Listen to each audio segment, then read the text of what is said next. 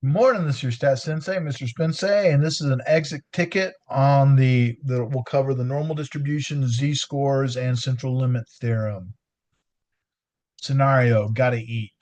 A survey determined that the mean monthly grocery expenses of households in a metropolitan area is 935 with a standard deviation of 162 and is normally distributed. If it were not normally distributed, we couldn't do what we're about to do because we're going to apply the normal distribution probabilities. And the only way to do that is if our underlying distribution is normal. So it says, what is the z-score associated with the bottom 5% of all grocery expenses? Well, first off, it says z-score. Well, all z-scores have note this down, a mean equal to 0 and a standard deviation equal to 1. It also says 5%. The fact that it says percent lets me know I'm working with an inverse norm. And anytime they give me a percent, I always make an X. And that 5%, oh, that's not at the top 5%. That is the bottom. So that's going to be below it. So 5%. And make sure you always divide percents by 100. So the very first thing the calculator is going to ask you for is that area, which is your percent. Then it's going to ask you for the mean of a z-score, which is 0. Then it's going to ask you for the standard deviation, which is 1. Let's go ahead and draw a picture of this so we know what we're looking at. We're centered at 0 because all z-scores have a mean of 0. And we know we have 5 divided by 100, which happens to be 0.05. And we're looking for this z that does not look much like a z, but that's supposed to be a z. All right. So let's go to the calculator real quickly. Second vars, inverse norm. Oh, I hear the lawnmower in the background. Second vars, inverse norm, 0.05, mean of 0, standard deviation of 1. And we're shading from the left, so I'm going to highlight the word left. And we need to write that down.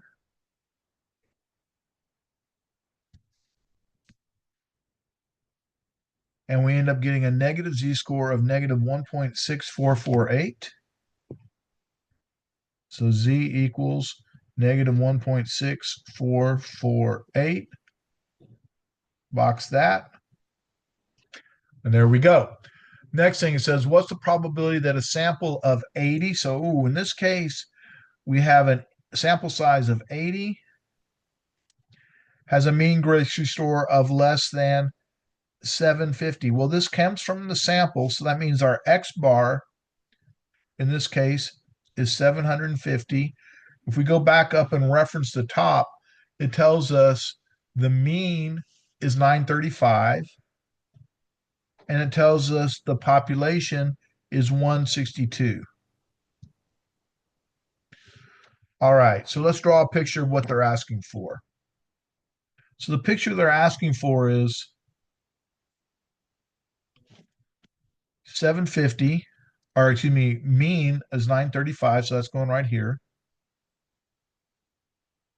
Well, 750 is below it, so I'm going to draw that down here and label that X bar, and that's 750. And anything below it, so this could go all the way to negative infinity.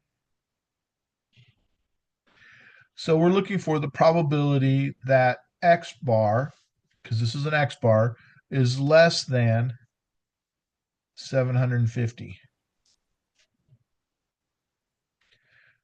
All right. So in this case, because I'm working with a mean, this tells me I'm working with a z-test.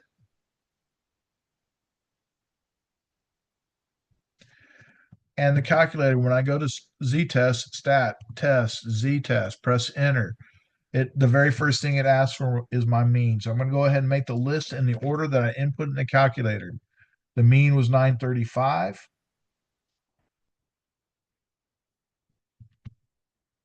The standard deviation was 162.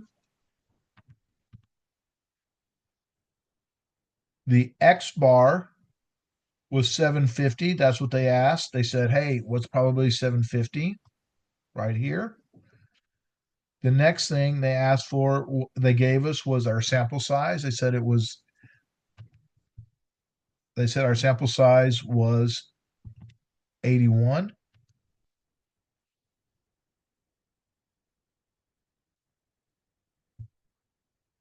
And they asked for a less than. So there it is, less than's highlighted. So my z-score formula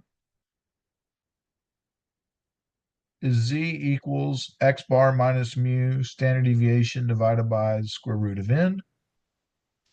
So the probability that z is less than x bar 750 minus 935 over standard deviation 162 divided by square root of 81.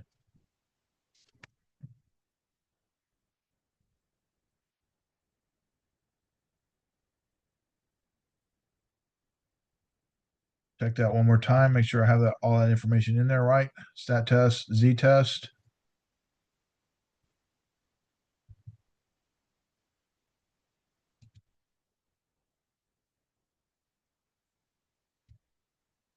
And my probability is almost zero. So the probability that Z is less than negative 10.2777. Oops, wrote that wrong.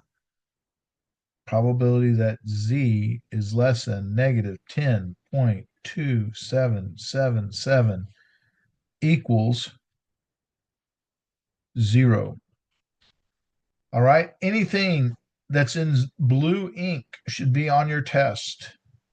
All right. Anything in blue ink should be on your test. If it's in red, you don't have to write it down for this one. What's the probability that a household, A means one. So this is telling me I have a sample size of one. And since I have a sample size of one and they're asking for an app, they're asking for it, this is going to be a norm CDF. So in this case, we have a mean, still have the same mean that we've always had. Our mean is 935.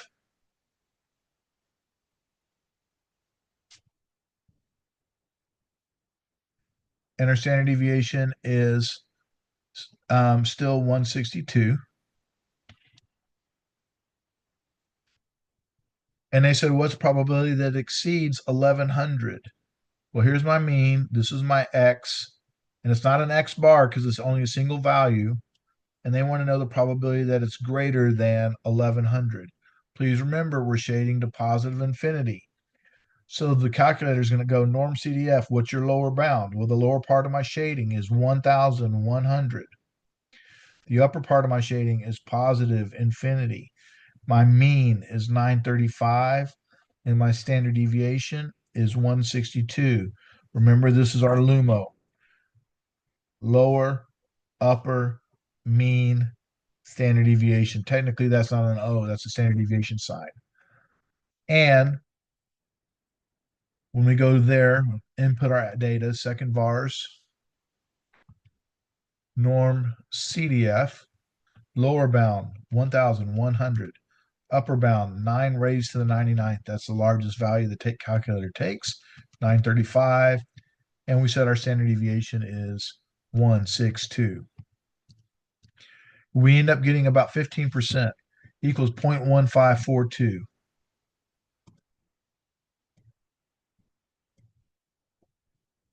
All right. Everything in blue is required. 7% of all expenses will be below what value? All right. Well, when they give you a percent, that tells me I'm probably working with an inverse norm. So I'm going to go ahead and write that down. Inverse norm.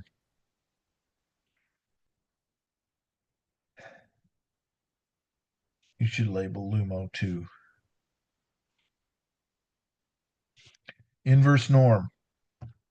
And it's going to say, hey, what's your area? Well, that's percent. And by the way, 7% of all groceries will be below. So draw an X below. Oh, it's on this side. So that's 0.07. So we're going to draw our picture again.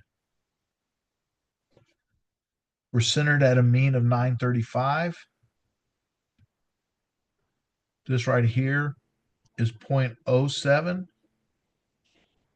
X is below it. So 0.07. And remember, that's 0.07 came from 7 divided by 100. Mean of 935. Standard deviation of 162. So this is my PMS. And I notice I shaded from the left-hand side. I started at the left and shaded towards the right.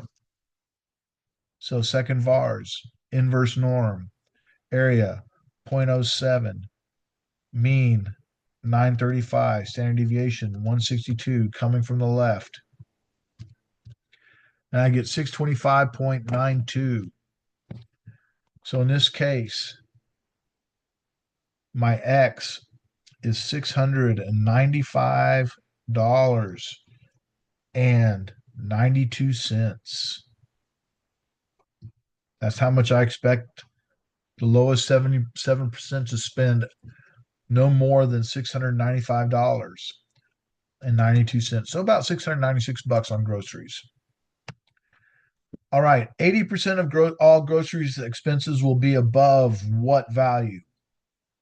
Tricky one.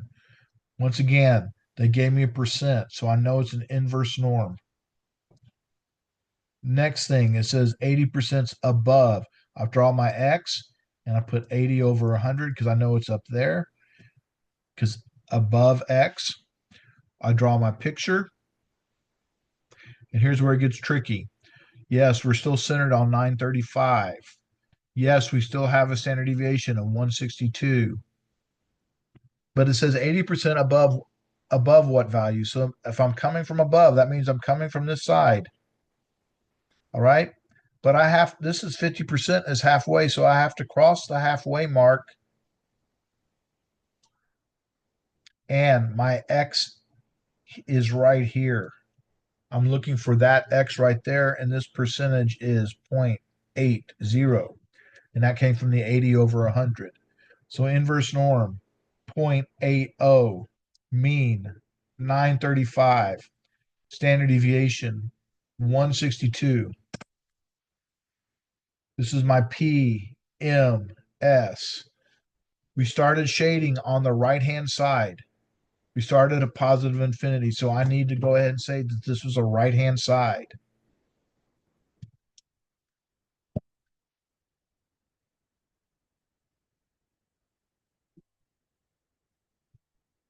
$935, 162. Make sure the right is shaded.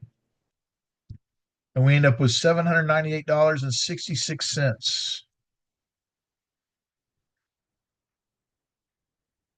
$798.65 because I'm going to continue to truncate, even though I could have rounded up.